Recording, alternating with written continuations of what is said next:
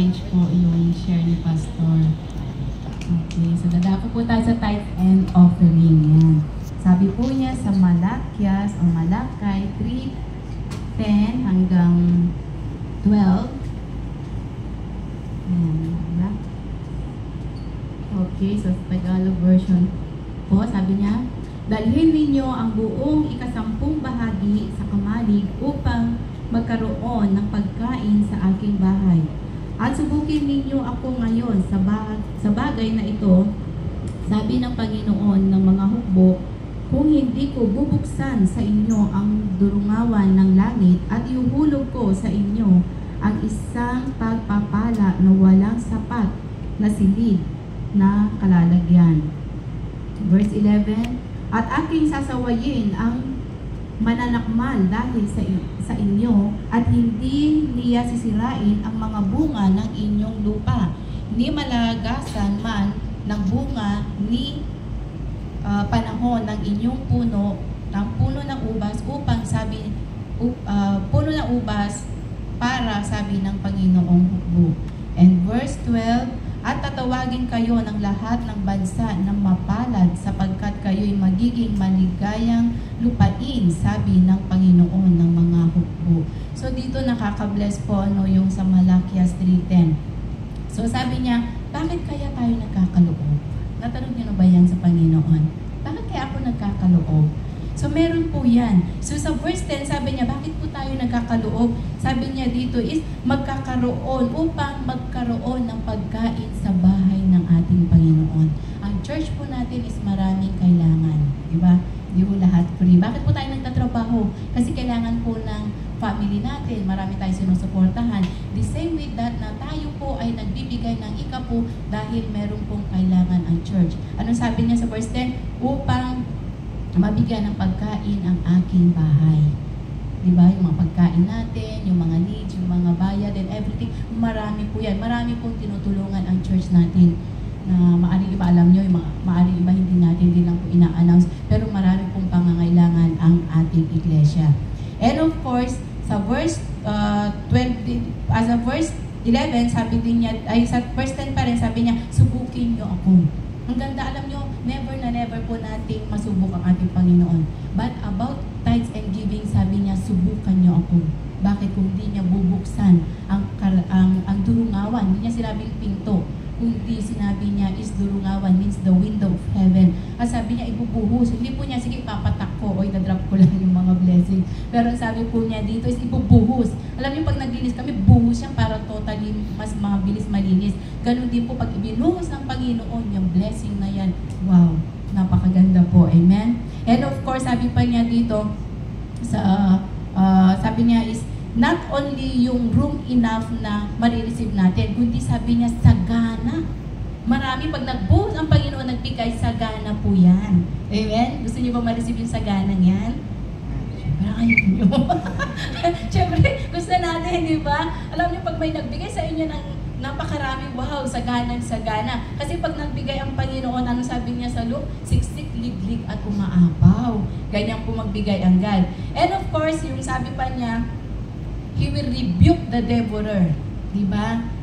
Yung aalisin niya, susuwayin niya yung mga devourer sa buhay natin, yung mga salot, aalisin niya yan. Bakit? Yan po ay ang salita ng Panginoon. Sino po ang nagsabi ng Malakias na ito? Sabi niya, is ay ang Panginoon ay, sabi niya dito, diba? Says the Lord of hosts. Ang Panginoon ang nagsasabi dito. And of course, naitanong po din po ba natin yan? Sabi pa niya dito is and I will, sabi niya, all nations shall be called you blessed. Ang sarap, diba? Ang sarap na sabihin mong, I am blessed. Sabi nga natin sa sarili natin, I am blessed. I am blessed. Ako ay pinagpala ng Panginoong Diyos. Lagi natin sabihin yun, every time na feel mo na hindi, pinagpala ko ng Panginoon, I am blessed, diba? May kantang, I am blessed, diba? Kasi pinagpala po tayo ng Panginoon. At ang bawat sa nakikita ng Panginoon, tayo ay pinagpapala. Sa work nyo, sa amo nyo, sa mga yung college nyo, lahat po yan. Bakit nakikita nila, nakakaiba po tayo? Bakit pinagpala po po tayo. And of course, bakit po tayo pinagpala? Yung pag-iingat na lamang po ng Panginoon. Yung pagpunta nyo sa office, yung paglalakad nyo, di ba? Iniingatan po kayo ng Panginoon. And of course, naitanong nyo po din ba yan sa sarili natin na ano nga ba ang meron sa tithes? O ano kaya benefits na makukuha ko sa tithes? Di ba? Basaan mo natin, pag 10 years na ako or 5 years, meron akong benefits na makukuha pag nag-retired ako, di ba? Ano kaya yung makukuha natin benefits about tithing? And of course, ito po yung number 1 is the open heaven doors. Ibubuksan, di ba sabi niya, bubuksan niya yung kalangitan.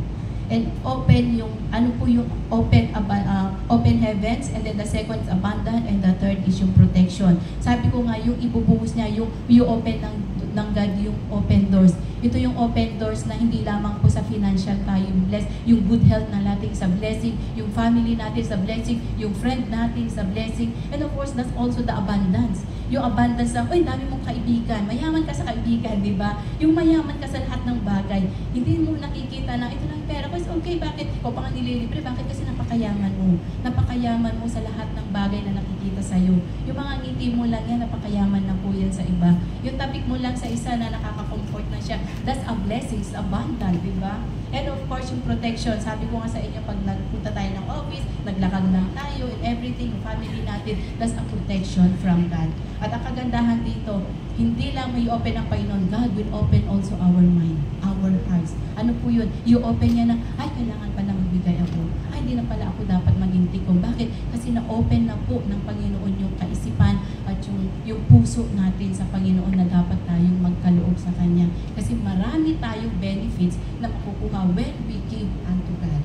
And of course dito, sabi mo, ay kasi nasa Old Testament lang itong Malakay. Hindi rin po, di ba?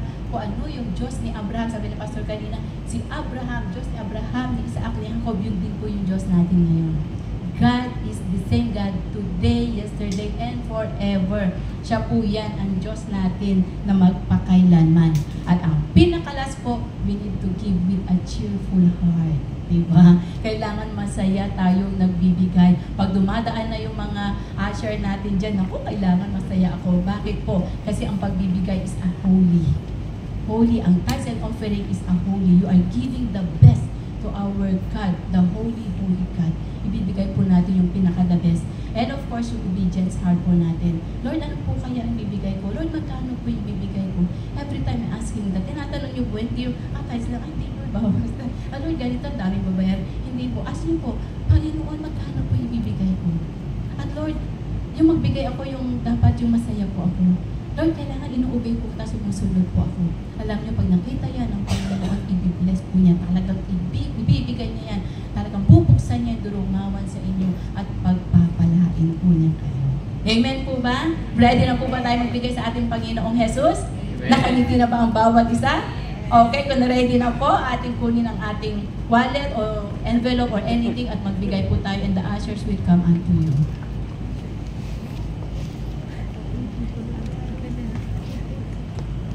Nakangiti. Amen. God is good. Hallelujah. Thank you, Jesus.